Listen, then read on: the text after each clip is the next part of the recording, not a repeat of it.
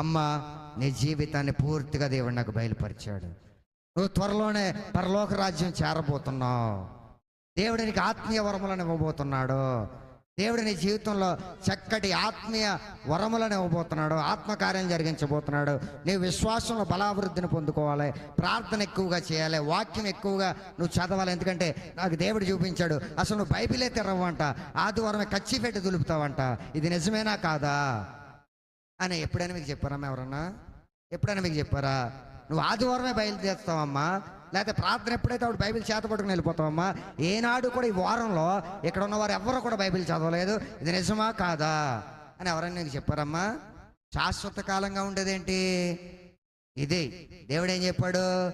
నా మాట, ఆకాశము భూమియు లోకము ఆశలు అన్నీ గతించిపోతాయి, కానీ ఇందులో ఉన్నది ఏది కూడా గతించిపోదు.